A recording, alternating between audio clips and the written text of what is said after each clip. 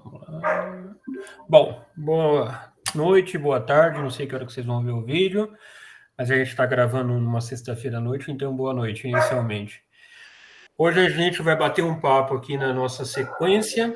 Hoje a gente vai falar com o professor do IMPA, pesquisador também, Carlos Gustavo Tande Araújo Moreira, em que a gente carinhosamente chama de Gugu. A família chama de Carlinhos e os amigos de Gugu. Então, é quase que dispensa apresentações, mas a gente vai falar um pouco, né? O Gugu, até esses tempos, detinha o recorde do cara mais jovem a ter doutorado no Brasil, que ele teve com 20, teve um pós-doutorado com o Jean-Franc Yocos, em 94, com 21 anos. Foi nessa época que o Yocos ganhou a Philips, não foi? Foi em 94, exatamente. 94, né? Eu fui no congresso que ele ganhou a medalha. Olha que bacana. Vamos começar com as histórias. E o Gugu vai falar um pouco da trajetória dele, então, como ele vai contar bastante, já compensa... Mas eu já perdi esse recorde de doutorado mais jovem há muito tempo para o Carlos Mateus, né, que é meu coautor e tudo, que fez com 19. Né, com 19 ele fez? Perdi ele. Chegou mais novo no IMPA, chegou com 13 anos lá no Coloco, ficou... Mas tá lá no Palio Palio. Mas você sabe que quando o pessoal vai referenciar, ainda fala de você, porque o pessoal acha que não sabe muito Mateus, porque o Mateus está na França, né? O Gugu, fala pra gente um pouquinho assim, eu sei que você veio pro IMPA cedo, foi por causa do seu xadrez, né? Conta um pouco dessa história aí. Mais ou menos. Eu gostava de matemática já, né? Quer dizer, eu tinha lido uns livros, por exemplo, os livros do... Quando eu ainda estava no ensino fundamental, eu tinha uns livros do ensino médio, uns primos mais velhos meus tinham deixado em casa, aí eu li os livros, depois tinha outro primo meu de Belo Horizonte que estava estudando computação, aí tinha um livrão de cálculo do Leito, assim, um negócio, achei bacana, fiquei com inveja, um livrão vermelho, né, que eu fiz meu pai comprar numa feira do livro, aí eu li também o livro de cálculo, era bem novo, tinha uns 12 anos, eu acho, mas era muito informal o negócio, quer dizer, eu não tinha orientação nenhuma. Aí eu soube eu jogava xadrez nessa época, né? Quantos anos você tinha, mais ou menos, nessa época? Não, com 12 anos eu já jogava. Eu fui campeão carioca infantil com 12 anos, de lá para cá eu só piorei. Mas com 14 eu ainda jogava na ABB da Lagoa, né? E, então, quer dizer, ia lá jogar, às vezes jogava uns torneios, era federado pela ABB. E tinha um cara que jogava lá também com frequência, que era o Jorge Arão, que era um sujeito que fez graduação na PUC e estava fazendo mestrado no IMPA, justamente. Aí eu sabia que ele estudava matemática, ficava enchendo o saco, perguntando um monte de coisa, o que é isso, o que é aquilo, o que é transformar de Laplace. Aí chegou uma hora que ele cansou, moleque, você devia fazer uns cursos lá no IMPA, que aí você aprende essas coisas e para de encher o saco. Eu falei, como é que é o negócio do IMPA e tal? O negócio depois ele explicou que qualquer pessoa podia fazer qualquer curso como curso livre e tal. Aí eu fui lá, o meu pai me levou no IMPA para ver como é que era. Aí explicaram que só tinha pós-graduação, que não sei o quê, mas os cursos mais elementares eram de iniciação científica que tinham no verão. Eu comprei um livro do Elon curso de análise volume 1. E aí, nas férias, antes do curso, eu dei uma lida, uma folheada no livro, né? Achei bacana. Aí eu fiz o curso e fui bem, porque análise na reta é um curso que não tem pré-requisito praticamente nenhum, um negócio que começa construindo os reais e tudo. Eu gostava de matemática, então eu achei bacana conseguir aprender direitinho, passei com a nota boa, né? Passei com A no curso, nesse meio tempo me apresentaram para o Elo, ele fez uma espécie de iniciação científica informal, também tinha uns caras jovens, mais velhos que eu, mas ainda alunos de graduação, uns ex-olímpicos, tinha o Ralph, né? Tinha o Ferraz, tinha uns caras assim. Aí me botou lá para fazer umas reuniões de iniciação científica e acabou o curso, eu fiquei sabendo, aí o pessoal que fez esse curso, muitas vezes fica no mestrado, começa a fazer os cursos do mestrado, que pelo que eu entendi também não tinham muito pré-requisito, quer dizer, tinham como pré-requisito, digamos, esse curso de análise na reta. Tinha álgebra linear no primeiro semestre ainda, então eu fiz álgebra linear, análise na reta, fui fazendo. O Elon me arrumou uma bolsa de iniciação científica para eu continuar fazendo os cursos do IMPA. Aí eu ia eu estava no colégio ainda, né? Estava do primeiro para o segundo ano, quando eu fiz análise na reta, que era no verão. Mas aí começou o colégio novo, por sorte os cursos eram todos de tarde, então o meu colégio era de manhã. Então eu ia para o colégio de manhã, para o IMPA de tarde. Aí eu terminei o mestrado mais ou menos junto com o ensino médio. Aí fizeram eu defender a dissertação, tinha dissertação na época. Agora o pessoal, a maior parte dos alunos do IMPA nem faz dissertação de mestrado, você pode trocar a dissertação por 2 cursos de doutorado, né? Mas na época não tinha que fazer dissertação. Aí eu fiz uma sobre centralizadores de difeomorfismo do círculo, já orientada pelo Jacó, e eu consegui defender uns 2, 3 dias antes de fazer 17 anos. Então, formalmente eu defendi com 16 anos ainda. Eu terminei o mestrado junto com o ensino médio, depois comecei doutorado. Mas tem uma história interessante que você resolveu as equações de terceiro e quarto grau. Tudo bem que não era... Isso talvez o negócio mais da minha pré-história matemática, é um negócio que eu fiz, eu acho que nessas férias antes de fazer o primeiro curso no IMPA, né? Aí eu cheguei lá, eu perguntava um monte de coisa ao mesmo tempo para ele, eu acho que eu mostrei para ele muito na en passant, né? Na época não deu muita bola, mas depois eu mostrei de novo, ele achou que valia a pena escrever, eu publiquei na RPM. Mas já estava terminando o doutorado, que eu não publiquei, mas é um negócio que dá... Eu acabei depois vendo que era um método parecido com o do Euler, mas mas é um método que eu acho um pouco mais natural do que do que eu cheguei a ver depois em alguns livros que tinham dedução. Porque o terceiro grau, eu até já tinha visto a fórmula da equação do terceiro grau, não lembro se eu tinha visto como é que deduz, mas essa fórmula de Cardano, né? A equação do terceiro grau sem o coeficiente de x ao quadrado. Mas, independentemente, eu estava brincando com esses negócios que a gente aprende no ensino médio mesmo, às vezes no ensino fundamental, de calcular expressões simétricas nas raízes de uma equação do segundo grau, né? Tem a soma e o produto, você escreve em função dos coeficientes diretamente. Aí tem, sei lá, a soma dos quadrados das raízes, você escreve como a soma ao quadrado menos 2 vezes o produto, e assim por diante. Aí eu estava calculando coisas desse tipo cada vez mais complicadas. E eu fui calcular raiz quadrada de x1 mais raiz quadrada de x2. O que você pode fazer? Você pode elevar ao quadrado da x1 mais x2 mais 2 raiz de x1, x2. Então, tipo, dá a soma mais 2 vezes a raiz quadrada do produto. Aí só tirar a raiz quadrada.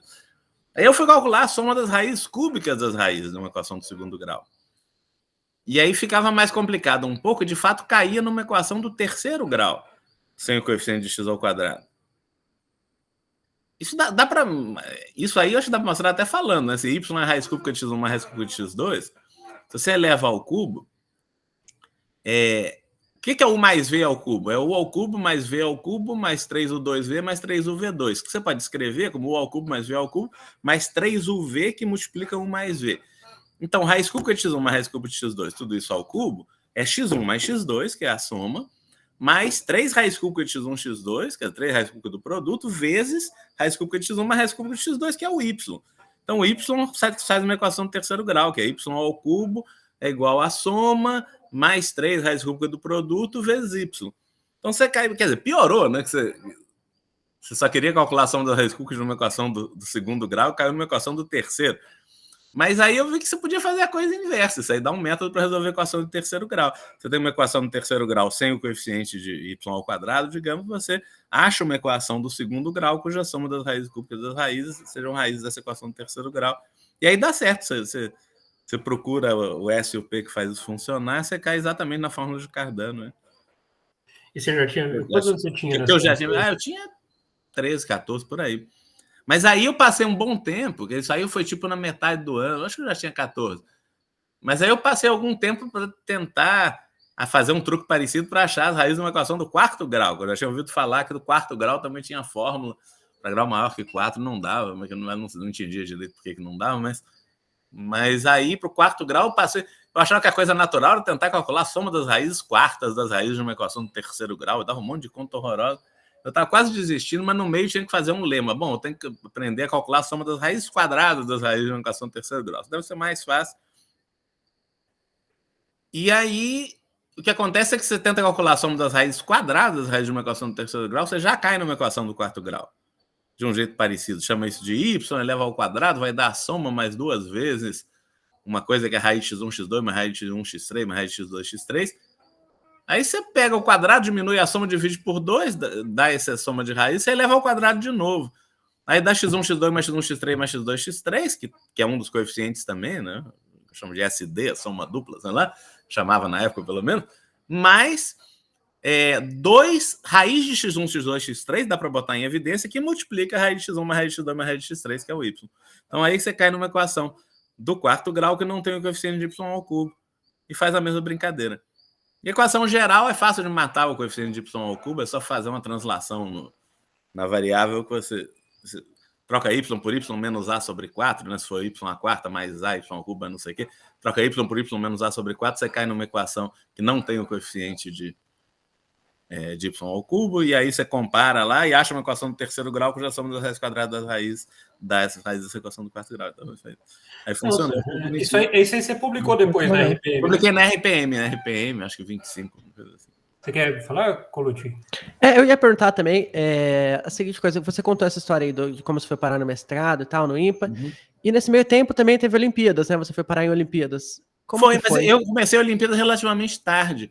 A primeira Olimpíada que eu fiz foi uma OBM que me avisaram na véspera. Eu nunca tinha feito Olimpíada nenhuma. E eu ainda quase não dormi, que eu fui revisar toda a matéria do ensino médio, né? Eu estava no primeiro ano, já tinha lido uma meia na diagonal, os livros do ensino médio. Aí fiquei lendo um monte de coisa de geometria espacial, nem dormi direito. E aí, na hora, eu vi que eu não ia fazer a prova toda, tinha umas questões que eu não tinha a menor noção. E eu achava que, para ganhar uma Olimpíada dessa, tinha que gabaritar, porque no colégio um monte de gente tirava quase 10 em matemática, eu ficar em primeiro. Então, aí eu desisti e fui para a praia. Quer dizer, eu larguei a prova meia hora, tirei basicamente 0. Aí eu descobri depois, bem depois, que o cara que ganhou fez só 1,5 questão.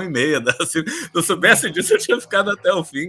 Tinha até uma menina do meu colégio, que já estava no terceiro ano, que foi para IMO no ano seguinte. Quer dizer, que ela não ganhou, mas ficou medalha de prata, sei lá, uma coisa assim, nos 5, 6 primeiros. Foi para a Olimpíada Mundial.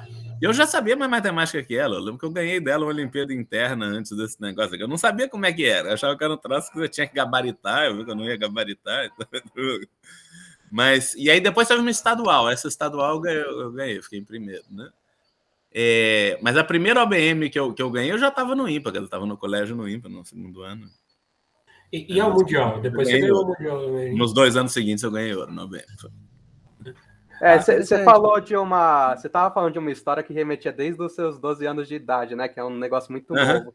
Você lembra o que te despertou interesse na matemática? Assim, foi algo até antes disso, algo lúdico nesse sentido?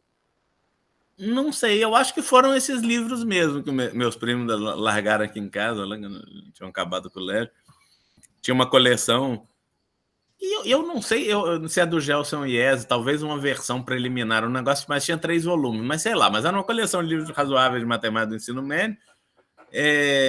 Eu li e achei bacana, quer dizer, achei divertido as coisas lá, o tipo de matemática que o pessoal estudava no ensino médio. Em casa você não tinha E depois que teve esse livro do Leito também, né? Que eu achei bonitão, um livrão vermelhão, não sei o que, do meu primo que eu fiz meu pai comprar.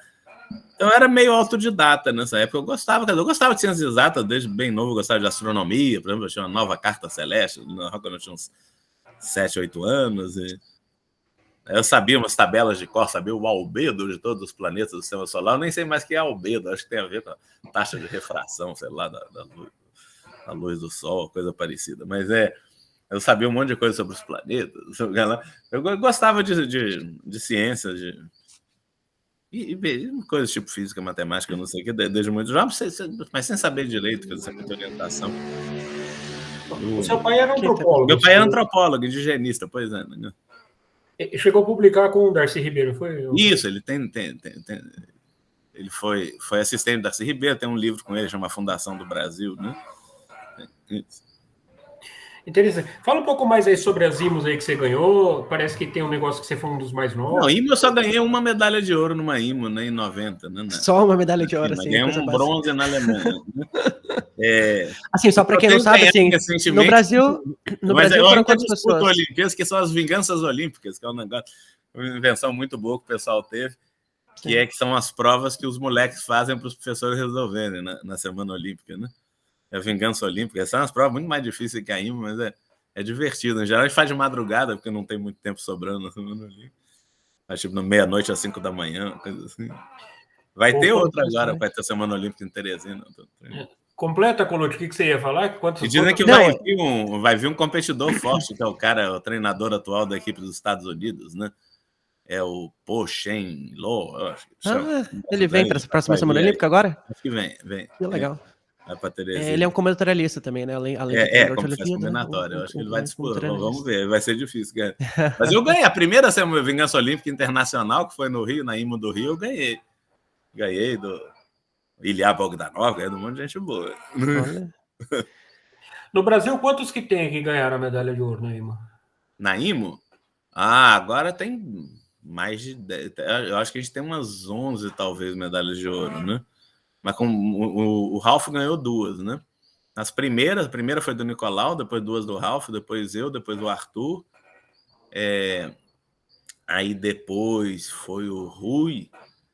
Depois eu acho que o Pondé.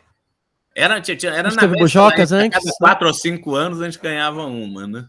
Sim. Você foi o mais jovem? Bujocas. Bujocas, Dan Bujocas ganhou depois do Pondé.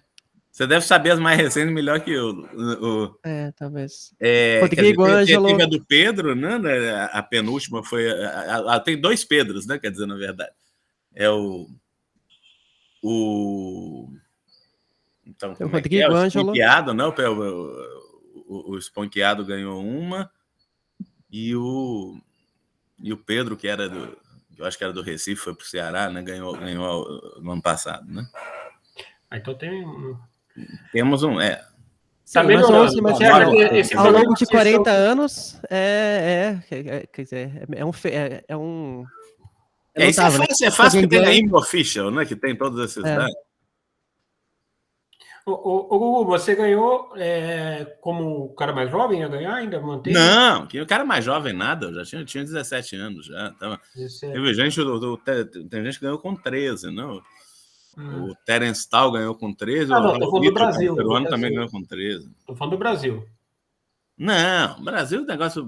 Não era particularmente jovem, não. O Arthur certamente ganhou um pouco mais jovem, com 16, eu acho que com 17.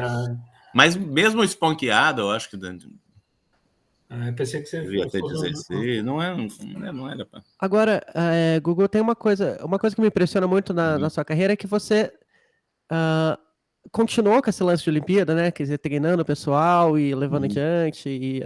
Pois é, não continuei, porque eu acho. E além disso, é um matemático, quer dizer, muita gente vira matemático e deixa a Olimpíada para trás, ou o contrário, não vira matemático, vai fazer alguma outra coisa, mas continua apoiando a Olimpíada. Você continua com as duas coisas. Eu continuo com a Olimpíada, eu acho ao mesmo tempo divertido, né? Quer dizer, eu me divirto, eu sou meio infantil, então eu gosto quando tá no meio aí da competição, do jeito que dá participar dela. Mas também é útil, né, para a comunidade. Acho que parte bastante substancial da comunidade matemática brasileira atualmente é formada por ex-olímpicos. Né? No mundo também, né? Uma proporção bem razoável de medalhas fios de ex-olímpicos. Então, é um negócio que ajuda a descobrir, principalmente a estimular rápido os caras para virarem cientistas, em particular para fazer matemática, porque a ideia que fazer matemática profissionalmente é uma opção razoável, quer dizer que existe a profissão de matemática, é uma ideia exótica para a grande maioria da população. Em geral, as pessoas acham que matemática é um negócio que foi feito há vários séculos e que tem lá suas utilidades, as pessoas aprendem, porque pode ser útil, sei lá, para coisas de computação, engenharia, ou não sei o quê, mas que você pode fazer pesquisa em matemática, que é divertido, que você sobrevive com isso. Não, é uma ideia muito exótica, eu acho, para a maioria das pessoas. Então, o pessoal faz a Olimpíada, ele é colocado em contato com a comunidade matemática, com matemáticos profissionais desde muito jovem. Muitas vezes isso é decisivo. Eu acho que, provavelmente, para o Arthur foi decisivo ter feito Olimpíadas. Para mim, não. Eu já queria fazer matemática antes de, basicamente, saber que existiam Olimpíadas. Né? Mas, para muita gente, eu acho que é decisivo. E a questão do doutorado? Conta aí. Você foi orientado pelo Jacob Palles, e depois você foi falar com o Iocos. Como é que foi? Eu fiz doutorado com o Jacozão, né? Que era... o sistema dinâmico era a área mais na moda aí do INPA, mais ativa.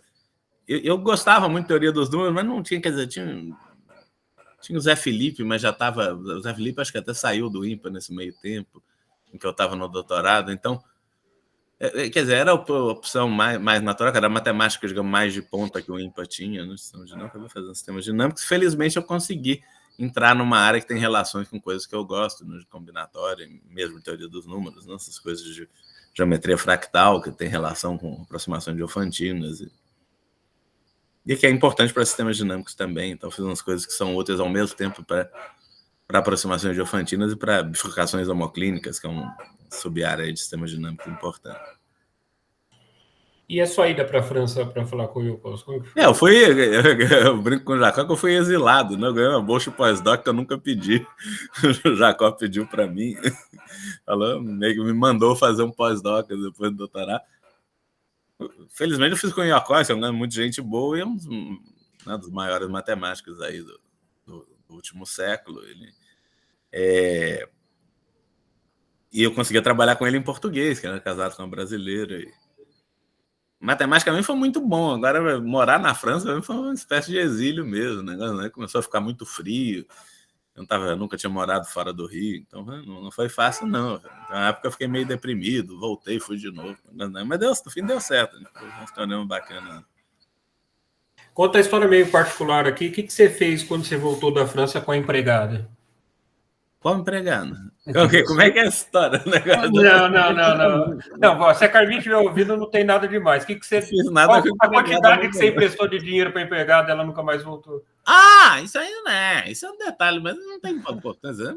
Não, tem importância para a história. Eu lembro, prestei, sei lá, uns $500. A empregada estava precisando, não sei o quê. Né? Mas $500. Mas aí ela subiu, quer dizer, não só não devolveu, mas ela foi embora, deixou minha mãe na mão. Aí ela estava com medo de cobrarem dela, não ia cobrar nada.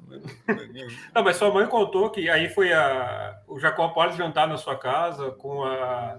O Jacó foi jantar junto com a Zuleide, né? Porque eu acho que eu ainda estava no meio do pós-doc, eu tinha eu vim para o congresso no Uruguai, e aí passei uns 10 dias no Rio antes de voltar para a França de novo.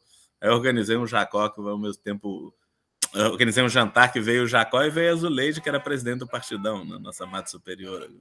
Já conhece bem também. E aí foi bem divertida a conversa. Não, mas é só. O Jacó brigou com a Azulejo, porque eu dava dinheiro para eu sei lá, uns $2.000 para o partido. Eu era moleque, não tinha muito o que fazer com o dinheiro da bolsa. Mas fica tranquilo que se o Thiago te incriminar, qualquer coisa a gente edita depois do vídeo, tá? Fica tranquilo que isso aí. Empregada, né? Era uma empregada velha da mamãe, que acho que teve uma chuva que estragou o barraco dela, precisava reformar, não sei o quê. Não, mas sua mãe ficou brigando com você no jantar lá. Não tem nenhuma relevância isso, não. O Jacó brigou mais com a Azulejo, que eu dei para a Azulejo, eu dei muito mais dinheiro, mas não é para a Azulejo, dei para o Partidão, né? Que tava... Foi depois do racha, o partido tá no miserê danado, tá tendo que sobreviver aí e lutar pelo registro definitivo e tudo. Então tá eu lembro até das letras, que teve que tirar as letras, você lembra dessa história? Isso aí foi uma ação heterodoxa que a gente fez, mas foi durante o racha, foi antes do racha formal, né? Uhum.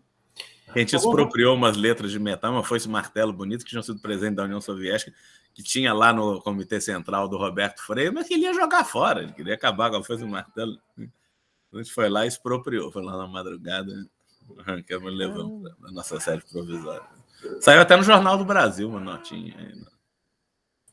E é verdade que você foi candidato a vereador lá no Rio? É verdade, fui candidato. E como é que era o slogan? Meio acidentalmente. Foi em 96. A tendência do partido, durante boa parte do período pré-eleitoral, era fazer uma frente aí, talvez com o PT. Só que teve uma convenção do PT, quase poucos dias antes do fim do prazo de registro de candidatura, que o PT decidiu que não ia fazer aliança com ninguém, que os partidos pequenos tomando voto aí na proporcional, não sei o que, eles queriam eleger os vereadores só do PT, e aí decidiu que não ia fazer aliança com ninguém, e o partido ficou na sinuca de bico, em poucos dias teve que lançar o Ivan para prefeito, né? A camarada Ivan Pinheiro, e metade da militância para vereadora. Eu fui nessa metade. Tinha uns 10 candidatos a vereador. Aí eu saí candidato, né? Foi. Mas e o slogan, como é que era?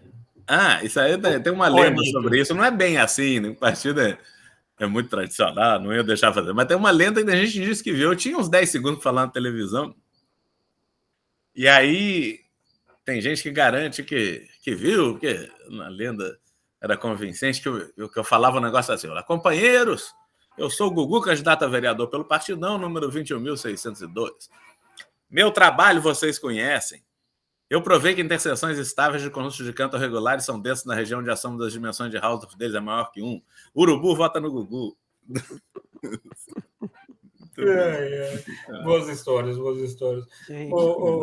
Camarada, depois que você já entrou no IMPA depois? O curso? Como que foi a sua entrada ao formal? Eu já era, nessa época eu já era professor associado. Quer dizer, na época tinha uma bolsa do CNPq de 2 anos, espécie de bolsa de fixação, a bolsa de pesquisador associado, para as instituições que ainda não podiam contar, porque era difícil abrir concurso, dependia de um monte de coisa. Mas sim, e aí que você queria contratar um pesquisador, você dava uma bolsa daquelas até aparecer concurso. Então, eu fiquei desde que eu voltei do pós-doc até 97 com essa bolsa, né? E aí, em 97, eu fiz o concurso, fiquei permanente mesmo. Hoje o INPA não é mais um órgão propriamente federal, né? Ele é uma OS. É uma bagunça, né? Meio picareta. Esse negócio de organização social, eu não gosto desse modelo, não. Eu quase saí do INPA nessa época. Mas é uma organização social, mas os pesquisadores que eram funcionários públicos continuavam sendo, né, gente? O pessoal mais antigo, né? Eu, Marcelo, o Hermano, mesmo Luiz Flori, o Eduardo Esteves, nós somos funcionários públicos ainda, né? O pessoal... O Eduardo eu nem tem tanta certeza, já não, acho que ainda é funcionário público. O pessoal mais jovem é que é CLT, OS, é um sistema diferente. Na verdade, como o nosso salário está congelado há muito tempo dos funcionários públicos, o pessoal mais novo ganha muito mais que a gente. O pessoal já entra, o pessoal jovem, que passa num concurso do INPA, ganha quase o dobro do meu salário. Né? É uma distorção danada, um modelo muito, muito torto. Né? Fazer o quê? É uma história complicada. O Colucci tinha anotado algumas coisas, você quer perguntar? Não, tem várias coisas. Mas já que a gente tá falando do INPA, eu fiquei curioso, porque tem essa história de que o INPA ia dobrar de tamanho, tinha um plano dessa linha. Vocês às vezes é meio megalomaníaco, mas o corpo de pesquisadores tem crescido mais devagar, né? Não tem nada geométrico, não. Inclusive, vocês vão mudar de lugar, não é? Isso acho que é concreto, né? Não, o que tem é a perspectiva de fazer um outro prédio, que tem um terreno que acho que foi doado pela Globo, é um negócio que a Globo queria fazer, um mega estacionamento, mas foi proibido pelas leis ambientais, um negócio assim, e eles não tinham o que fazer, doaram para o INPA. E aí o INPA quer fazer um prédio lá, tem um projeto, vai ter um concurso lá de arquitetura, tem um projeto que tenta preservar, de derrubar o mínimo de árvores, eu não sei o quê. Mesmo assim tem resistência. Mas que está licenciado o troço, mas tem que ter dinheiro. Não? Uma obra dessas é cara. Mas quer dizer, a direção disso vai fazer. Vamos ver. Entendi. Seria bom, porque isso envolve ter alojamento para os alunos, né? Atualmente é muito difícil você atrair aluno para o INPA, porque a bolsa está congelada há muitos anos, mal dá para sobreviver, e morar no Rio é muito caro, né? Você tem que pagar um aluguel, que é mesmo dividindo o quarto com um monte de gente, é duro. Então a ideia é ter um lugar para os alunos morarem, pelo menos a habitação sai de graça, ou quase de graça, não sei se vai ter alguma taxa simbólica, uma coisa assim, mas se torna mais razoável. Deve ter também uns auditórios, lugares, né? Agora, seria bom, mas mas precisa de dinheiro. Sim, certo. Agora, mudando um pouquinho de assunto, puxando mais um pouco para minha área, que é combinatória, acho que é uma área que você trabalhou também. Eu gosto muito. E muita gente não sabe. Às vezes saiu agora um artigo meu, né, com o Yoshi, o Voita Redley. Exatamente, eu ia perguntar especialmente dessa relação com o Yoshi e com o Rodel. Tipo, como você tem os papers com eles, você trabalhou junto com o Sidon, Eu sempre me dei muito bem com o Yoshi, o Nicolau me apresentou o Yoshi quando eu era bem novo, ainda estava no doutorado, né? Logo que eu voltei do pós-doc, o Yoshi me convidou para falar na sessão de combinatória. Eu tinha feito um artiguinho com um amigo meu, mandou um negócio, um problema extremal no hipercubo, né, que saiu no European Journal of Combinatorics. E eu sempre gostei de combinatória. Aí eu comecei a trabalhar. Aí eu combinei eu já dava umas aulas de combinatória na Semana Olímpica, umas coisas assim, gostava de umas coisas. Aí eu comecei a conversar com o Yoshi, a gente achou uns problemas, podia pensar. Eu gostava muito de método probabilístico, a gente fez umas coisas. E eu combinei de dar um curso com o Yoshi no colóquio de 2001. A gente fez até um livrinho de tópico de combinatória contemporânea, que o Thiago reeditou recentemente. Eu sempre gostei. Excelente livro, diga-se de passagem. Obrigado. Foi muito divertido fazer também. Mas é um assunto que eu sempre gostei, nunca fui muito profissional do assunto, quer dizer, por sorte combinatória você consegue provar coisas sem saber muita teoria, né? Mas é uma área que eu gosto e as coisas que eu faço têm certamente bastante influência combinatória. Esse teorema que eu provei com o Iocós no pós-doc, que resolve uma conjectura do Jacó, num certo sentido, é a aplicação de método probabilístico em sistemas dinâmicos. A gente tem que perturbar um sistema dinâmico para conseguir um conjunto de Cantor com certas propriedades. Muitas coisas em sistemas dinâmicos você tem que fazer uma perturbação, o cara faz explicitamente, empurra o ponto para cá e faz não sei o quê. Mas no nosso caso, a gente não conseguia fazer. O que a gente fez foi criar uma família de perturbações com um monte de parâmetros e provar que com probabilidade grande dava certo. Quer dizer, acontecer. A gente queria que é um negócio você trabalhou com Bergerson também, né? Que é um outro cara que trabalha com intersecção de dinâmica e combinatória. Isso, trabalhei. Esse teorema que você estava falando para o Colucci, só para informar, o Colucci foi aluno de doutorado do Yoshi. Eu sei. Não, só pós-doutorando do Yoshi. Mas é pós-doc, não, eu sei que ele faz combinatório. Eu sei que ele tinha relação com o Yoshi. Você faz pós-doc com o Yoshi, né? Isso. Você fez doutorado onde mesmo? Nos Estados Unidos? Em Budapeste. Budapeste. Negócio de lugar certo fazer combinatório. Sim. Esse artigo que você publicou recentemente no Annals é esse teorema? Não, recentemente é um negócio de aproximações diofantinas, tem a ver com geometria fractal, essa coisa do espectro de Markov e Lagrange, né? Isso tem a ver com o artigo que eu publiquei no Annals 2001 com o Iocós. Stable Intersections of Regular Cantor Sets with Large House Dimension. É esse que eu enunciei na campanha eleitoral, segundo a lenda. Mas esse que você publicou em 2018, esse último aí, não foi?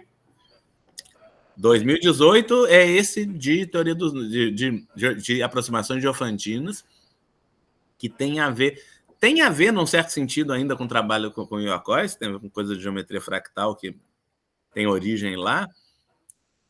Tem bastante combinatória no meio também, que tem umas construções de subshifts, tem bastante combinatória no meio, mas não é a mesma coisa, é outra coisa. Entendi. É outro artigo, quer dizer, que tem a ver com teoria dos números e com sistemas dinâmicos, mas que as provas mesmo mais delicadas tem muita combinatória dentro. Você vai falar um pouco desse trabalho quarta-feira para a gente aqui, não é? Vou. Na quarta-feira. Não vou conseguir falar detalhes das provas, mas vou falar deles, certamente. A gente nem espera esse quantidade de detalhes, é mais a questão da apresentação mesmo das ideias e tal, de como que funcionam as coisas. Mas se vocês tiverem tempo, depois eu falo de detalhes também. Claro que tempo a gente não falta não para ouvir boa matemática. Isso. Só perguntar uma coisa. Se eu pesquisei certo, o Yuri Lima foi seu aluno, né? Foi meu e do Henrique Pujaus, não era originalmente do Henrique Pujaus, mas ele começou a trabalhar comigo, eu fiquei de co-orientador. Certo, então, que também trabalha um pouco com dinâmica e alguma coisa combinatória. Isso. Então tem toda uma... Tem várias pessoas fazendo isso, né, atualmente no Brasil. Então, ele está desenvolvendo um projeto. Tem trabalhado assim, o Colucci está falando da sua parte combinatória, você falou um pouco do sistema dinâmico e teoria de números, o que você tem pesquisado ultimamente, assim? Ainda essas coisas quer dizer, ainda coisas sobre espectros de Markov e Lagrange, particularmente sobre a diferença dos espectros de Markov e Lagrange. Então ainda tem um artigo recente desse ano com o Carlos Mateus, o Mark Policotto e a Polina Vitnova, que a gente dá estimativas mais precisas para a dimensão de Hausdorff da diferença do espectro de Markov para o espectro de Lagrange. E para o primeiro ponto em que a dimensão do espectro de Lagrange intersectado com uma semirreta vira 1, né? Mas também sobre generalizações dinâmicas naturais desses espectros de Markov e Lagrange, que são chamados espectros de Markov e Lagrange dinâmicos. Tem um aluno meu colombiano trabalhando nisso agora, o Christian Villamil. E eu também tenho trabalhado sobre dinâmicas, sobre geometria fractal de sistemas dinâmicos em dimensões arbitrárias, generalizando as coisas da tese do Zulu, que foi meu primeiro aluno de doutorado, o Alisson Silva, agora professor da UFSJ, né, São João del Rei. Eu tenho trabalhado com o Carlos Mateus, em particular, sobre isso, com o Jamerson, que foi meu aluno também, que eu co-orientei, né, junto com o Marcelo Viana, que defendeu a tese no ano passado. Então, a gente está trabalhando sobre essas coisas. Né, tem outro troço sobre a geometria fractal do espectro de Markov-Lagrange perto de 3, que é o primeiro ponto de acumulação que eu estou fazendo com o Sérgio Romanha, que é um ex-aluno meu, o Rodolfo, que é um ex-aluno do Matheus, chileno, né, que fez doutorado com o Matheus na França e voltou para o Chile, Rodolfo Gutiérrez Romo, né? E o Harold Eraso, que é um colombiano que é meu aluno de mestrado, vai entrar no doutorado agora. E, Hugo, como é que é a sua vida no dia a dia, assim? O que você faz, assim? Conta um pouco da sua rotina. Né? Tá na pandemia. Antes da pandemia, então. Antes da pandemia eu ia para o IMPA com mais frequência, né? Agora tem ido menos. Mas eu acordo, eu não gosto de acordar muito cedo, em geral eu acordo no fim da manhã, na vizinhança do meio-dia. Aí eu gosto de trabalhar tarde, às vezes eu trabalho de noite, assim, no início da madrugada, faço umas contas. Mas eu acordo como alguma coisa. Quer dizer, antes da pandemia, pelo menos uma vez por semana eu ia jogar bola, né, depois do INFA, mas quer dizer, eu ia para o IMPA, fazia umas burocracias, conversava com os alunos. Volta e meia tinha reunião do Partidão ou da Associação José Martí, agora continua tendo, mas é tudo virtual. Você é presidente da José Martí, né? Fala Estou de presidente é a da Associação José Martí do Rio de Janeiro, né? Fala o que é a associação para a gente. Chama Associação Cultural José Martí, é uma entidade de cooperação e solidariedade com Cuba e de relação que eu tenho. Então é uma espécie de... faz parte, né, do movimento brasileiro e latino-americano de solidariedade com Cuba. É uma organização que luta contra o bloqueio, contra o imperialismo, em defesa da Revolução Cubana. E você faz parte do Partido Comunista desde quanto tempo? Eu estou no Partidão, eu sou comunista desde que eu tinha uns 10 anos de idade, mas eu entrei no Partidão em 89, quando eu tinha 16. Antes eu panfletava para o PDT, tipicamente, porque a política a partir de uma política bem de direita na década de 80, né, que tinha essa hegemonia do grupo do Roberto Freire no Comitê Central. Então, era aquele negócio ainda da Aliança Democrática, que chegou a apoiar o Moreira Franco, no Rio de Janeiro. Na época eu panfletava para o Darcy, obviamente. Já que você mencionou esse tema, fala pra gente um pouquinho do que é o pensamento comunista, que é um conceito que está tão deturpado hoje em dia, né? Os comunistas querem acabar com o capitalismo e construir uma sociedade justa, fraterna e igualitária por meio do poder dos trabalhadores. A gente quer acabar com a propriedade privada dos meios de produção e quer que a sociedade se organize, quer dizer, os meios de produção devem ser, num primeiro momento, talvez principalmente estatais, mas também se evoluindo para modelos de propriedade coletiva, né, que particularmente são eficientes no campo, mas também, quer dizer, você alterna entre autogestão de trabalhadores e propriedade estatal, mas sempre com... E é importante garantir que isso tudo funcione com muita democracia popular, quer dizer, com o povo organizado e decidindo realmente os rumos do país, da economia, das prioridades e tudo, que eu acho que é como acontece em grande medida em Cuba. Eu acho que é um modelo muito bom. Cuba é um país muito pobre, com poucos recursos naturais, bloqueado há mais de 60 anos pela maior potência imperialista do mundo, mas que foi o único país da América Latina que criou uma vacina própria contra a Covid, tem menos mortalidade infantil que os Estados Unidos, tem uma população extremamente culta, em que mais de metade da população tem título superior e quase todo mundo termina o ensino médio, um sistema de saúde universal que não só atende toda a população, mas que voluntariamente atende vários países pobres do mundo e outros nem tão pobres, como foi o caso do Brasil, no caso dos mais médicos, mas é um sistema que, do ponto de vista das necessidades básicas da população, de dar a todo mundo o direito de se desenvolver e adquirir cultura e poder se formar integralmente, eu acho que não tem comparação com o capitalismo, apesar de todos os problemas econômicos muito graves, continua sofrendo, principalmente por causa do bloqueio, né? Aliás, deixa eu fazer uma pergunta aqui, porque eu realmente não sei. Como que é a matemática lá? Tem muitos matemáticos, assim, trabalhando em áreas, eles Boa interagem com qualidade. os Já foi Como que melhor. funciona? Não é, a matemática não é exatamente uma das principais prioridades científicas de Cuba. Cuba é extremamente competitiva a nível internacional em biotecnologia, né, em coisas de ciência aplicada. Tem uma formação básica muito boa de matemática, tem muitos matemáticos que se formaram na União Soviética, na Tchecoslováquia e tal, quer dizer, a graduação é muito boa.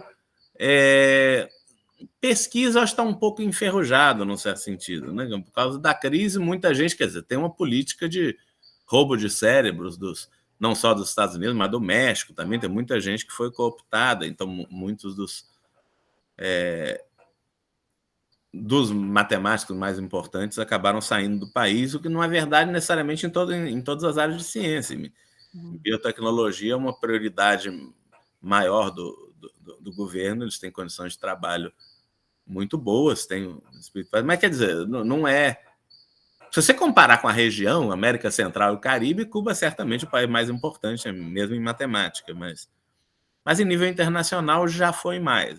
Mas tem matemáticos muito bons, tem o Ricardo Abreu, por exemplo, que eu fui visitar ano passado, em 2019, em Holguín, que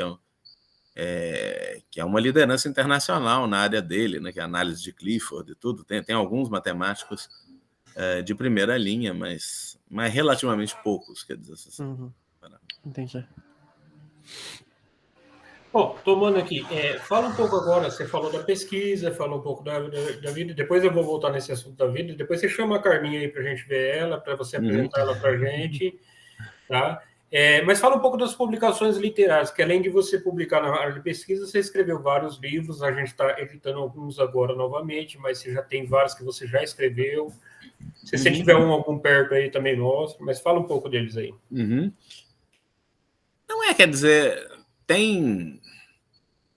Por exemplo, eu dei alguns cursos de colóquio, né? Em 99 eu dei 2, eu dei um curso mais de pesquisa, de conjunto de cantodinâmica e aritmética, e outro junto com o Nicolau, que meio a convite, foi esse Primos de Mersenne e outros primos muito grandes que a gente está relançando agora, que sai um livro bem bonitinho, curto, quer dizer que na época tinha talvez menos de 100 páginas, agora a nova edição ficou mais bonita, o número de páginas aumentou também, mas que é um negócio que tem a teoria básica de aritmética, né, de teoria dos números, coisas com módulos, reciprocidade quadrática, essas coisas, né?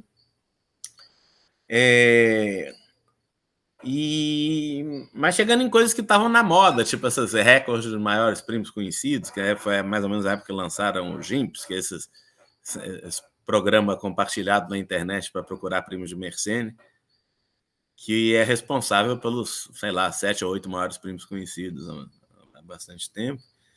E então a gente explica como é que funciona o algoritmo de Lucas Lehmer, essas coisas. Aí tem esse curso que eu dei com o Yoshi. Quer dizer, eu gosto de dar cursos razoavelmente elementares, mas de coisas de bom gosto de matemática. Eu acho que Bom, e tem o seu célebre livro com o Tengan e outros. Isso, esse livro que esse livro com o Nicolau foi uma espécie de embrião. Aí, junto com o Fábio e o Tengan, a gente fez uma versão bem maior, né? Que é esse livro ainda de introdução à teoria dos números, uma mais ampla, né? Teoria dos números, um passeio pelo mundo inteiro com primos e outros números familiares, que é um subtítulo que o Nicolau deu, engraçadinho. E o com o Matheus? Conta aquele com o Matheus, que a gente quer editar aí uma... tem que convencer o Matheus. Tem um livro, né, que a gente basicamente fez para explicar esse teorema de Green-Tal e coisas mais elementares, né, ligadas a Van der Waarden, essas coisas sobre primos em progressões aritméticas, né, também estava na moda, então tem um pouco essa ideia de explicar coisas que estão na moda para o grande público, né? Esse ser parte de teoria ergótica e chega num resultado puro de teoria de números, assim, né? Com ferramentas ergóticas. Quer dizer, um negócio que tem ferramentas de teoria ergótica, tem um pouco de ferramentas inspiradas em análise harmônica também, digamos, assim, e bastante combinatória no meio, como sempre, né? Então, e falando agora sobre teoria dos números, você estava falando do livro, um outro coautor seu também é o Diego Marques, né? Vocês trabalharam juntos em vários problemas mais de teoria de números ocidentais e tal, né? A gente tem uma parceria que dá muito certo, que ele me conta uns problemas que ele acha que eu vou gostar e de fato, ele costuma acertar. Aí eu começo a trabalhar com ele, tem vários problemas que ele me contou que a gente conseguiu resolver mais ou menos rápido.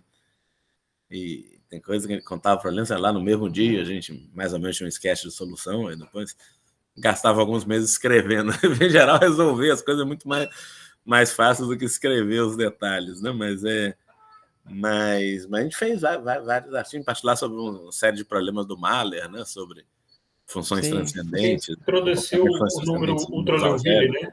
Vocês introduziram o número ultra-Liouville, não foi? Isso, primeiro foi sobre isso. Que o Mahler tinha uma pergunta se existem funções transcendentes, né? Funções inteiras, não algébricas, que levassem os Liouville exatamente nos Liouville.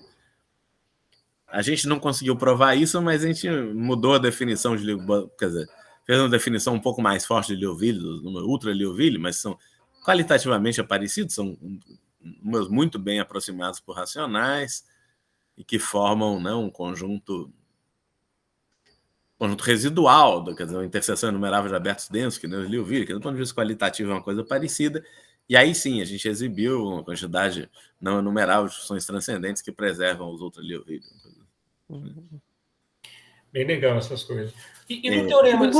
Mas é tudo matemática semi-elementar, quer dizer, nada disso... Diz que tem essas duas categorias de matemáticas, né, que são os theory builders e os problem solvers. Eu certamente sou muito mais problem solver do que theory builder. Eu não sou um matemático particularmente culto em teoria sofisticada. O negócio dá para resolver mais ou menos na mão, com um pouquinho de teoria, mas não muito. Né? Gugu, você falou em muitos momentos de gostar de certos teoremas, né, do lado lúdico, assim, da matemática. Se você tem algum teorema que seja favorito, que você se divertiu mais fazendo, ou que talvez não tenha sido seu também, mas que você goste. Boa pergunta. Eu gosto muito desse teorema com Iocós, obviamente, na campanha eleitoral, que ele não é tão fácil de não se deixar ver, entendeu? Obviamente, esse teorema, né, de 2018 do Anos eu gosto muito também. Né, que acho que um enunciado fácil. Deixa eu tentar enunciar para o público. Então, tem esse objeto que eu tenho trabalhado com frequência, que é o espectro de Lagrange, que é um subconjunto dos reais ligados a aproximações diofantinas, ao problema mais fundamental de aproximações diofantinas, que é o problema de aproximar números irracionais por números racionais. Né? Então, tem o teorema clássico de Dirichlet, que diz que todo irracional você consegue aproximar por infinitos racionais P sobre Q com um erro menor que 1 sobre Q ao quadrado. Um erro menor que o inverso do quadrado do denominador.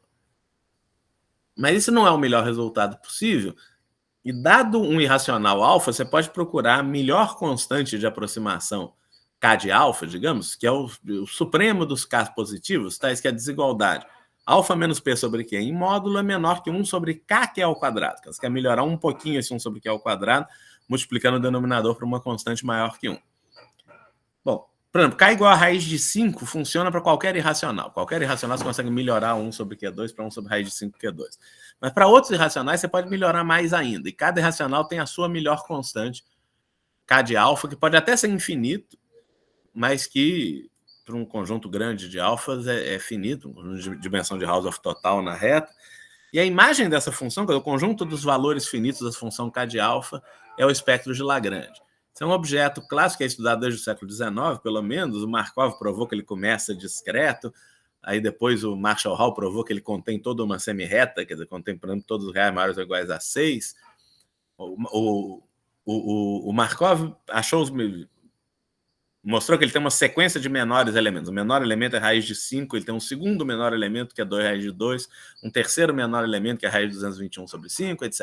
Então, ele começa com uma sequência, quer dizer, com um conjunto discreto, né, de pontos isolados, tendendo a 3. Quer dizer, 3 é o menor ponto de acumulação do espectro de Lagrange, e, por outro lado, ele contém toda uma semi-reta, que depois o Feynman, que é um russo, diz exatamente onde é que ela começa, né, que é num número algébrico explícito, em Q de raiz de 462, mas que é aproximadamente 4,5278, alguma coisa. Eu pergunto o que acontece no meio, né, que ficou em aberto muito tempo. O que eu provei é assim, que no meio ele passa por todas as dimensões de Hausdorff possíveis entre 0 e 1. Ou seja, dado qualquer número entre 0 e 1, existe uma semi-reta, tipo menos infinito T, que intersectada com o espectro de Lagrange tem exatamente essa dimensão de Hausdorff que você quer. sei lá, dá um número, sei lá, π sobre 4. Tem uma semi-reta que é intersectada com o espectro de Lagrange, tem a dimensão de Hausdorff exatamente π sobre 4. Então, esse é o teorema que você fez com o Iocos? Não, esse é o teorema que eu publiquei agora em 2018. No ano. E o com o Iocos? Você escreveu até um... O Iocos é esse que eu enunciei na campanha eleitoral, que interseções estáveis de conjuntos de Cantor regulares são densas na região onde a soma das dimensões de Hausdorff deles é maior que 1. Pois é, mas aí você tem que falar um pouco mais assim... abertamente para um grande público matemático. Conjunto de Cantor... Se quer que eu fale um pouquinho desse teorema, eu falo. Isso é uma conjectura do Jacob. Eu vou falar, mas então, propaganda, né? Vou dar uma palestra quarta-feira, eu vou falar um pouquinho da conjectura do Jacob, que tem a ver, né? Está nas origens das duas coisas, tem alguma relação. Mas, bom, você tem... Então, é um negócio que... A pergunta do Jacob é motivada por sistemas dinâmicos, mas tem um jeito padrão de você criar sistemas dinâmicos simples a partir de sistemas dinâmicos complicados, que são chamadas bifurcações homoclínicas. Aí tem umas figuras. Aqui eu não sei se dá, eu acho que dá até para compartilhar a tela. Eu podia até abrir um negócio e mostrar uma figura de uma bifurcação homoclínica aí, sendo os próximos capítulos do... Você chegou a escrever uma memória em português? Deixa eu ver aqui, peraí. Bom, vamos lá. Deixa eu tentar achar aqui uma figura aqui interessante para vocês. Vamos ver. E aí eu posso fazer, depois eu faço o desenho do...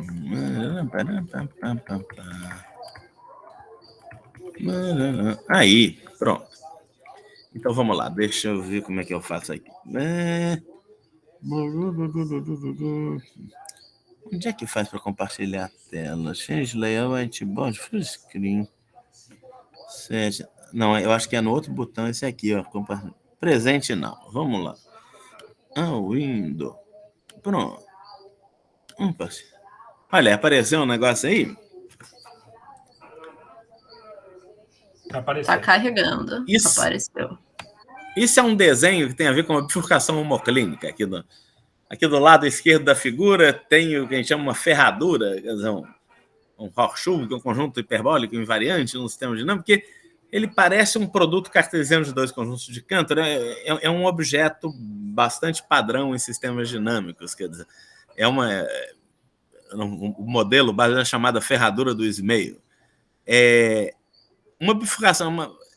Então, tem um ponto aqui que está marcado, que é, digamos, um ponto fixo pertencente à ferradura. E a dinâmica hiperbólica quer dizer que ela expande numa direção e contrai na outra. Então, você tem essas duas variedades invariantes, que são a variedade estável e a variedade instável. Variedade estável são os pontos que, no futuro, quando você aplica a função, você tende para o ponto fixo.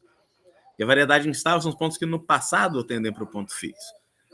E quando você cria uma tangência entre essas variedades estável e instável, você tem o que a gente chama uma tangência homoclínica. Uma bifurcação homoclínica é uma família de diffeomorfismos que no primeiro parâmetro, para valores negativos do parâmetro, não tem tangência nenhuma, ele é uniformemente hiperbólico. Aí, para μ igual a zero, no primeiro parâmetro de bifurcação, você tem uma figura como essa, que é uma primeira tangência homoclínica, e aí, para valores positivos do parâmetro, você desdobra a tangência e tem uma figura como essa.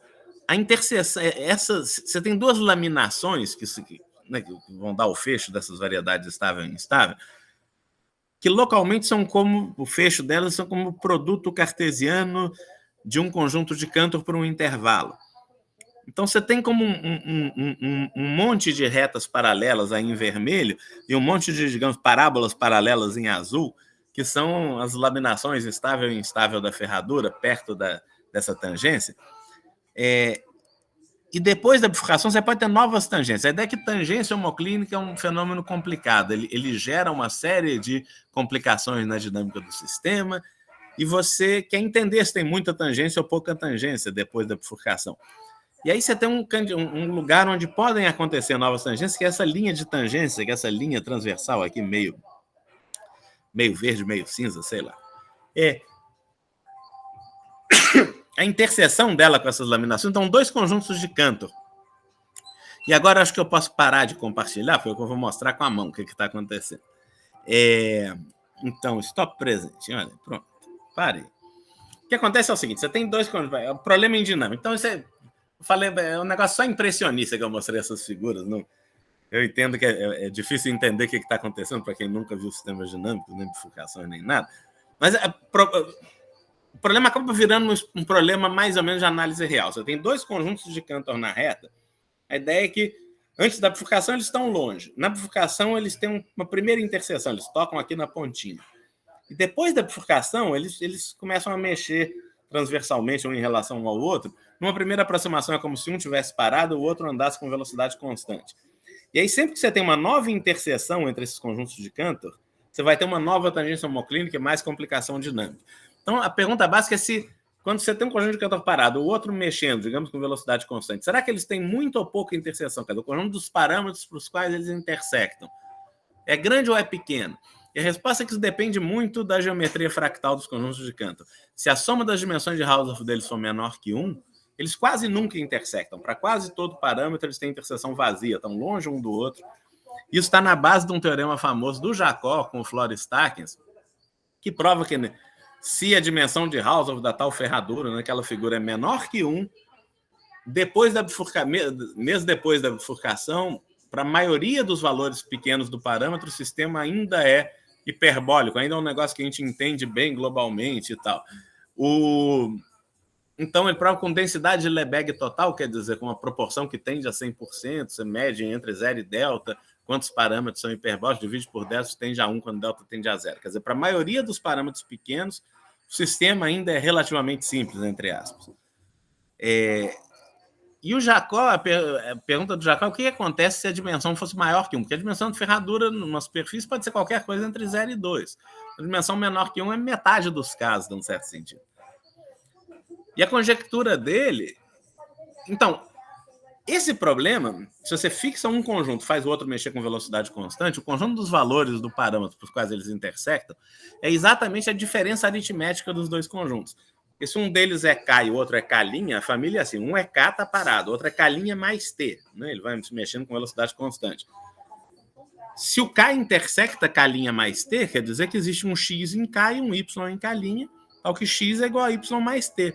Ou seja, o T é X menos Y. Então, o conjunto dos T's para os quais eles intersectam é exatamente o conjunto dos X menos Y, onde o X está em K e o Y está em K', que é, por definição, a diferença aritmética de K e K'. Então, a pergunta do Jacob era, você tem dois conjuntos de Cantor dinamicamente definidos, são o tipo de conjunto de Cantor que aparece aí. Os conjuntos de Cantor dinamicamente definidos são conjuntos de Cantor, são mais ou menos autossemelhantes, que são definidos por funções expansoras, tá, mas quer dizer, o conjunto de Cantor usual é um conjunto de Cantor dinamicamente definido, e bom, depois eu falo mais na palestra de quarta-feira, mas de qualquer jeito, tem essa classe de conjunto de Cantor que aparece naturalmente em dinâmica, mas também em teoria dos números, por exemplo, os números só tem 1 e 2 na fração contínua, é um conjunto de Cantor regular, um conjunto de Cantor dinamicamente definido por uma restrição da transformação de Gauss, que é a parte fracionária de 1 sobre x. Então, essas coisas aparecem naturalmente também em teoria dos números. Em outras... Bom, mas a conjectura do Jacob era assim, você tem dois conjuntos de Cantor dinamicamente definidos, tipicamente a diferença ou tem medida nula ou contém intervalo, ou tem interior não vazio. Uma versão mais precisa da conjectura é assim, a gente já sabe que se a soma das dimensões é menor que 1, a diferença vai ter medida nula. Então, a conjectura natural é que se a soma das dimensões for maior que 1, tipicamente a diferença aritmética contém intervalo. E foi isso que eu provei com o Iocos, que tem um aberto e denso, num certo sentido, de medida total, de pares de conjuntos de Cantor com soma das dimensões maior que 1, tal que não só eles têm translações que têm... Quer dizer, que a diferença aritmética contém intervalo, mas eles têm translações que têm interseção estável. Quer dizer, que você não consegue destruir. A interseção estável é quase como se fosse uma interseção transversal de variedade, que é uma coisa que você não consegue destruir, quer dizer, como se fosse uma espécie de transversalidade fractal. É um negócio que eles têm interseção em qualquer mexida pequena que você faça nos conjuntos, continua tendo interseção não vazia. Não só translações pequenas, mas você pode até mudar a dinâmica que define os conjuntos, aplicar difiomorfismo perto da identidade. Se você fizer uma mudança pequena, você não consegue destruir a interseção. Então, o que a gente prova é que se a soma das dimensões é maior que 1, tipicamente, qualquer posição de interseção pode ser arbitrariamente bem aproximada para uma posição de interseção estável. Isso tem consequências de volta para bifurcações homoclínicas, mas também tem consequências para essas coisas de teoria dos números. Então, Bom, interessante. Mas as consequências para a teoria dos números 6 e 6 explorou depois um pouco disso? eu vou falar, explorei, por isso que tem esse paper do Annals aí de 2018. Interessante. Então, decorrente daquele primeiro. E isso teve influência na medalha do Yukos ou você acha que não? Escuta, não é fácil publicar no Annals, alguma influência teve. Eu dei uma plenária no ICM do Rio que eu falei disso. Aliás, você foi o único matemático brasileiro que falou na plenária do Rio, não foi? Não, acho que foi o único latino-americano. Até. O único latino-americano que falou na plenária, é verdade. E você falou em 2014 também, não falou? Falei, não, palestra convidada na sessão de sistemas dinâmicos, não foi plenária. O que aconteceu no Rio que roubaram a medalha do cara? Você não estava por dentro disso, não, né? Ô, Gugu, me fala um pouco. O cara gostou que ele ficou muito mais famoso depois disso. É verdade. Ainda deram outra para ele depois. Mas é bem a cara do Rio de Janeiro. Ô, Gugu, me fala um pouquinho aí da ABC. Você foi eleito para a ABC muito jovem, foi aplaudido de pé. Eu me recordo dessa história que a Zulita o Jacozão me indicou aí, eu fui eleito em 2008, né? Eu entrei para a Academia Brasileira de Ciências em 2008, depois entrei na Atuais também, né? E quem do IMPA está lá na ABC? Quem que tá? Muita gente. A Carolina tá? Não? Acho que ainda não, mas deve entrar em breve. Deve entrar em breve, é verdade. Eu queria saber a quantidade de mulheres de matemática. Também deve entrar em breve, mas ainda não entrou, porque tem um componente política na votação, né? O Nicolau não foi eleito agora, não, né? Não foi ainda, não. Merecia mais do que a maioria do que... Ainda está em votação, não, mas o Nicolau não foi candidato esse ano, não. Não foi candidato? Você falou para mim que ia ser candidato. Ele era para ser, mas o Tomei achou melhor guardar para o ano que vem, porque ele tem um monte de artigos bacanas no forno aí que devem sair em breve. Ele acha que vai ficar mais forte a candidatura no ano que vem, acho que não valia a pena queimar. Se tem um cara que merece estar na Academia Brasileira de Ciências, é o Nicolau, né? Com certeza. Aliás, esse ano eu preparei a candidatura do Dimita, vamos ver se ele entra. Né? Mas isso aí devia ser secreto, tô falando assim. Se você quiser, depois a gente até... tá bom, deixa pra lá. Vem cá, deixa eu te falar. A Ana Luísa é da área de conjuntos, de fundamentos de matemática. Eu lembro que você contou que fez um curso com o Nicolau. O maior especialista que eu conheço em conjuntos, em lógica no Brasil, é o Nicolau mesmo. Eu fiz um curso impressionante com o Nicolau de teoria dos conjuntos na PUC. Eu lembro dessa história. Aprendi um monte de coisa. Ele deu esse curso do IMPA uma vez, o Arthur fez também, gostou muito. Nicolau é polivalente, né? Ele parece um polimata. Era um curso, acho, de graduação, o curso do Nicolau da PUC, mas ele fazia os teoremas do Gödel, todos, ainda fazia Forcing, quer dizer, fazia o negócio do Cohen lá na hipótese do contínuo e tudo, né? Foi longe para a graduação, né? Ô, Gugu, fala um pouco da família. Chama a Carminha aí para se apresentar, se ela quiser. Vamos ver, né? Tentar achar ela lá. Ô, Gabi, chama a Carminha aí, pessoal, que eu vou conversar com a Carminha também. É que o Gugu é relativamente recém-casado. Tá bom. Não atrapalha nada, não. Mas chama a Carminha, fala que o Thiago tá chamando a Carminha. Fala aí, Gugu. Você é recém-casado, foi casado em 2018, não foi? Mas não é tão recém assim, mas mas em 2019, não, também em 2019. Eu comecei a namorar a Carminha no churrasco satélite do ICM, foi 2 dias depois da minha palestra. Foi um churrasco que o Sérgio organizou, né? O meu ex-aluno, que ele morava bem perto lá do Rio Centro, né? Morava no Recreio. Aí juntou uns amigos, um monte de amigos, né? O pessoal estuda no IMPA, faz mestrado, depois vai cada um para um canto, né? No ICM volta. Então tinha um monte de amigos, né? A gente resolveu fazer um churrasco, uma reunião, formar com um quadro negro e tudo, né? Aí o pessoal fazia mini palestras e não sei o que, era um churrasco satélite. Isso foi divertido lá no domínio do Sérgio. Até o baixinho meu deu uma palestra lá. Eu tenho um artigo com ele na RPM, né? Eu lembro. Você já viu o negócio dos números assemblares, que é uma definição que ele deu que fazia sentido. O Gugu fez aniversário do filho dele de pi anos, né? Que ele fez 3,14. E caiu no 1º de maio também, foi uma festa boa. O Gugu, se você entrar no site dele... Carminha tá tímida, esse é um negócio informal, Carminha não entrevista, né? Tá bonito, vem cá, tem mais, vem cá, tá bonita, vem cá. Fala pra ela que ela não tem jeito de ser feia. Patroa. Ô, Carminha. Como é que você tá, querido? boa noite, Saudade prazer. de você. Tudo bom? Tudo bem. Tudo A gente bem. está fazendo uma entrevista com seu marido, mas é totalmente informal, é só um bate-papo mesmo. Tá certo. E eu queria que o pessoal aqui conhecesse a doçura da esposa que ele tem. Que você é uma pessoa maravilhosa. Ah, obrigada, gente. Boa Não, noite. essa moça é ímpar, é ímpar.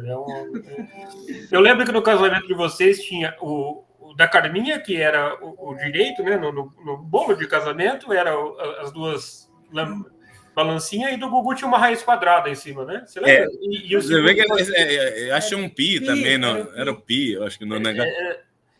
E aí, O negócio de aritmética de casamento é um negócio que sempre varia, né? Assim, às vezes você acha ímpar, às vezes você acha irracional. Mas o negócio mas essa moça é muito gente boa. Então a gente está apresentando você, que é a Carminha, que é a esposa do Gugu, aqui. Ana Maria, não é? E logo você vai vir. É que em São matemática Paulo. às vezes dá sorte. Mas a Carminha é de uma família que merece ser estudada aí pela ciência, que agora tem 5 irmãs casadas com matemática. É muito curioso. Elas queriam ensinar Nossa. matemática por tabela. Quem sabe numa próxima a gente não conversa ao vivo, né? Tem que pegar todo E a gente mundo, se né? conhece todos melhor. Ele vai fazer uma cooperação com departamentos de psicologia ou de psiquiatria. Você entende os fenômenos. É que tem gosto para tudo, né? Muito bem. Mas essa foi uma coisa bem legal. Logo a gente vai se ver pessoalmente. Você tem a certeza disso? Você vai vir conhecer o João Miguel aqui. Você viu que bonito que ele tá? Muito bem. Um abraço pro O Miguel. herdeiro tá com a cara muito boa, o herdeiro. Parecido com o pai, herdeiro. não tá? Traz aí, agora traz, não tá aí não, o herdeiro? Não, aqui não. Aqui eu já estou na casa da minha mãe. Se ele Tá. tivesse, eu trazia aqui para vocês verem. Pô. É uma coisa boa. Você Tá viu? ótimo, pessoal. Então tá bom. Obrigada. aí. Obrigado você, querido, por ter vindo. Um grande beijo, viu? Boa noite. Vai lá, Tchau, vai lá, tchau. vai lá. Você viu que eu trouxe até um negócio tão informal que eu tenho direito a... Ah, é? Não, Tá. refre- Aqui Você não uma pode- conversa Tá comunal. tomando remédio. Não vou gripar. Ai, cara. E como é que tá a vida nessa Já pandemia roubou aí? mesmo. Como Como é que tá? Hã? a vida na pandemia? Você deu algum curso esse Estamos ano? sobrevivendo. Tenho dado nos cursos online. Agora vai voltar no IMPA, né? Você deu curso de análise, não deu? Eu dei análise para tinha 1.230 inscritos. E ao final.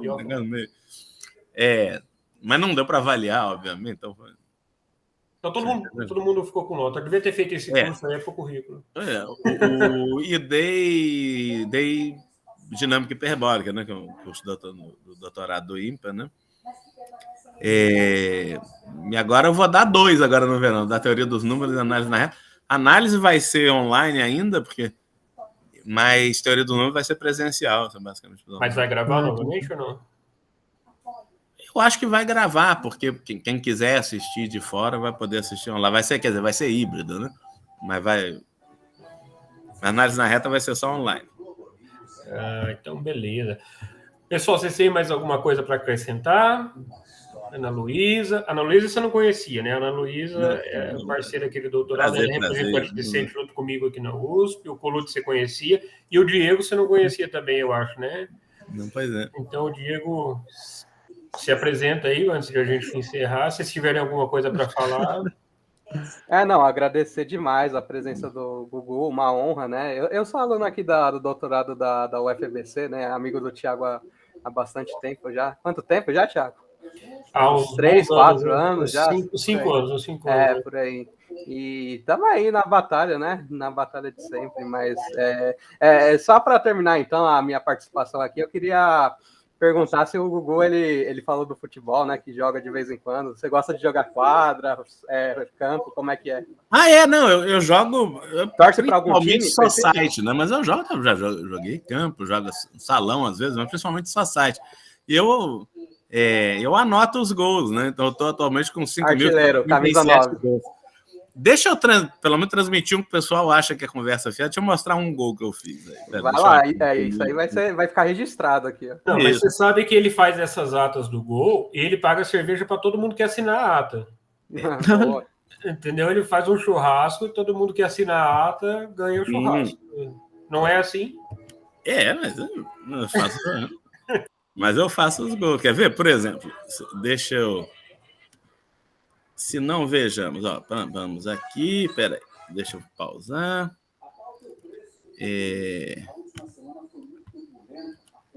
Onde é que a gente tá? Pera, deixa eu tentar. Eu agora me perdi, eu não tô nem achando. Ah, tá. Não, peraí. É que eu fiz besteira. Eu abri o troço na mesma janela do pronto. Agora vai melhorar. Aí a gente faz isso de novo. Presente. Window. Isso. Vamos lá. Espera carregar um pouquinho. Vê se aparece aí alguma. Muito Apareceu, bem. pode mandar Apareceu bala. alguma coisa, né? Agora deixa eu tentar tocar.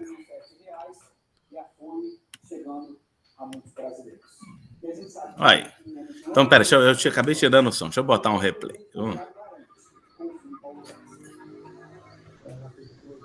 A bola vai chegar para mim na ponta esquerda.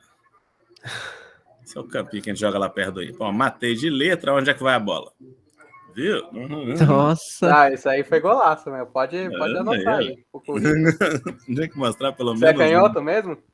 Eu sou carioca, minha família é toda mineira. Não, canhoto. Canhoto? Não, eu chuto com as duas. Eu sou mais. A minha ideia é centroavante mesmo. Show de bola. Você torce para algum time? Sou Flamengo, doente. Flamengo. Bacana. E a mulher é corintiana, né? Não, mulher é pó de arroz, Fluminense. Não. Mas ela gosta do Corinthians, eu sei que ela gosta do Corinthians. Todo flamenguista é um corintiano paulista, né? Quando vem para São Paulo, vira. Eu gostei muito do Corinthians. O Corinthians garantiu o último campeonato brasileiro nosso, né? Seguraram o Inter aí na última rodada. Ansioso pela final da Libertadores? Nós aí tem que ganhar, né? Vai ser no Uruguai esse ano, né? Vai ser no Uruguai. Vai lá, Ana. Fazer uma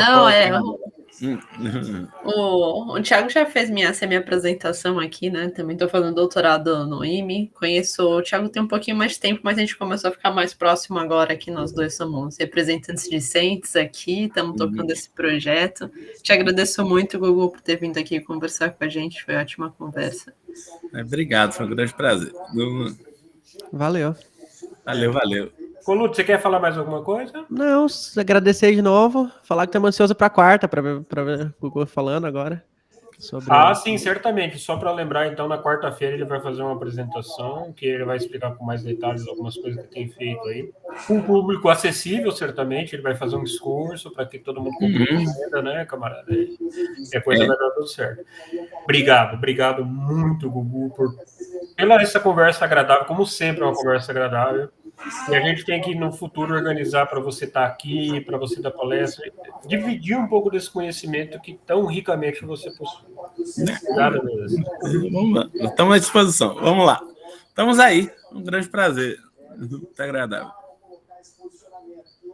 Estou interrompendo aqui. Água.